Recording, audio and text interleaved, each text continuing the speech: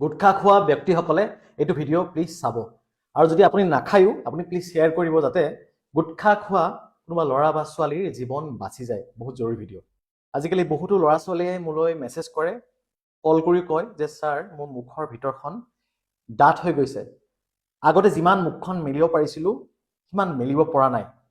এনেকুৱা লাগে যেন ভিতৰ পৰা কিবাহে ৰেষ্ট্ৰিকশ্যন কৰি আছে যেন ৰখাই ধৰিছে মুখখন সিমান মেলিব নোৱাৰা হৈছো কিছুমানে কয় যে বহুত ডাঠ হৈ গৈছে খৰখৰীয়া হৈ গৈছে কিছুমানে কয় যে সোৱাদ নোপোৱা হৈছো কি কাৰণে হৈছে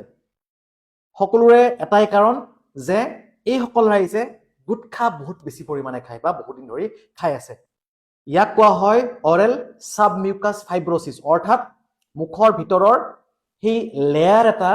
ফাইবাৰৰ নিচিনা হৈ যায় আঁহৰ নিচিনা হৈ যায় ফাইবাৰ টাইপ আৰু এইটো প্ৰি কেঞ্চাৰাছ ষ্টেট অৰ্থাৎ যদি এইটো হওঁতে আপুনি নিজক চম্ভালি নাৰাখে